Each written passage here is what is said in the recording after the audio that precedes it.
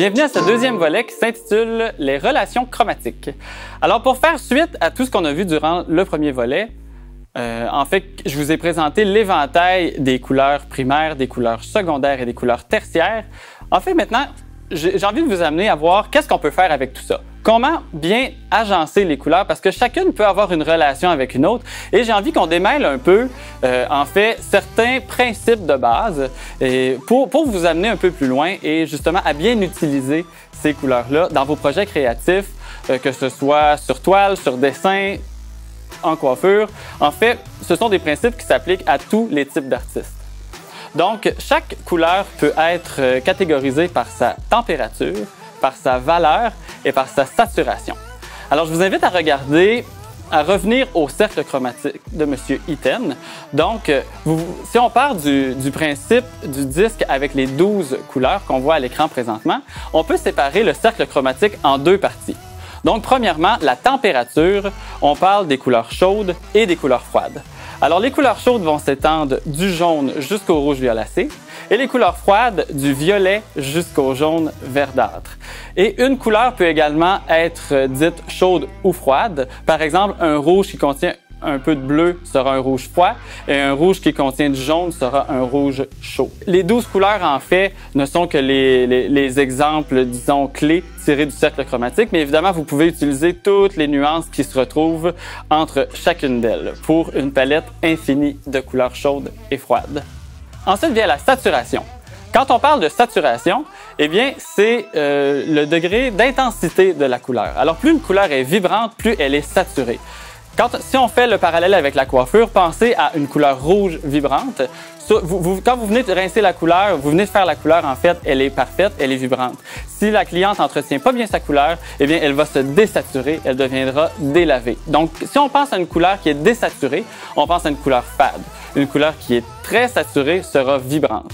Les couleurs du cercle chromatique sont à leur plus haut degré de saturation. Ensuite vient la valeur. Eh bien, la valeur, c'est l'ajout de noir ou de blanc. Donc, est-ce qu'une couleur est plus foncée ou est-ce qu'une couleur est plus pâle? Donc, en combinant la température, la saturation et la valeur, on obtient vraiment tout un éventail de possibilités parmi lesquelles choisir.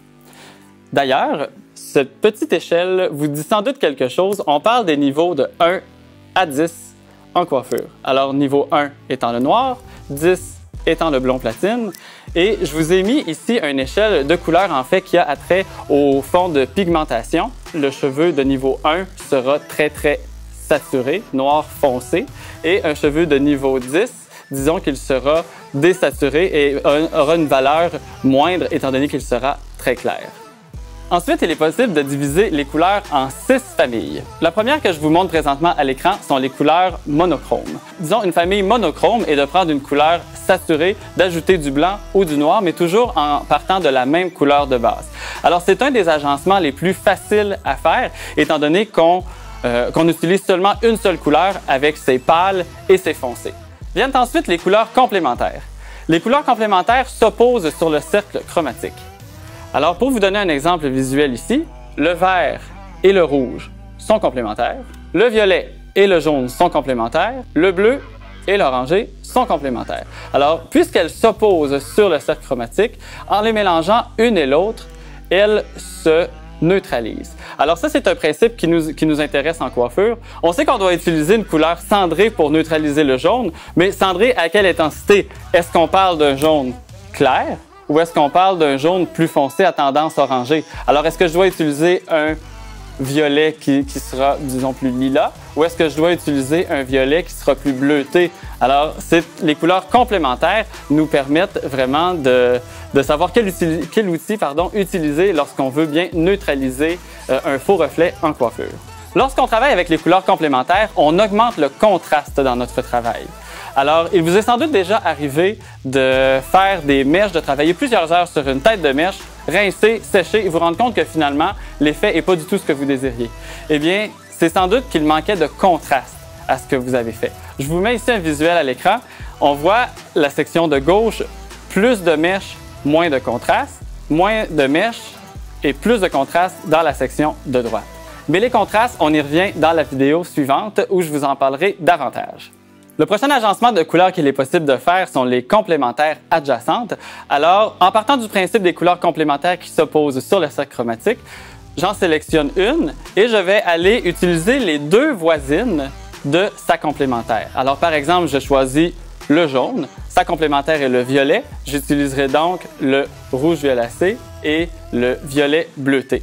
Donc, ça me permet de faire une famille aussi contrastante, mais avec encore plus de possibilités que la famille des complémentaires. La dernière famille de couleurs qu'il est possible de créer sont les couleurs tétradiques. Donc, c'est le fait d'aller prendre un rectangle et de le placer sur votre cercle pour aller sélectionner 4 couleurs qui seront en fait 4 couleurs complémentaires. Donc, vous voyez qu'on va ajouter beaucoup de contraste, mais encore plus d'options qu'avec toutes les autres familles de couleurs. Quand vous sélectionnez vos couleurs sur le cercle, elles sont à leur plus haut niveau de saturation.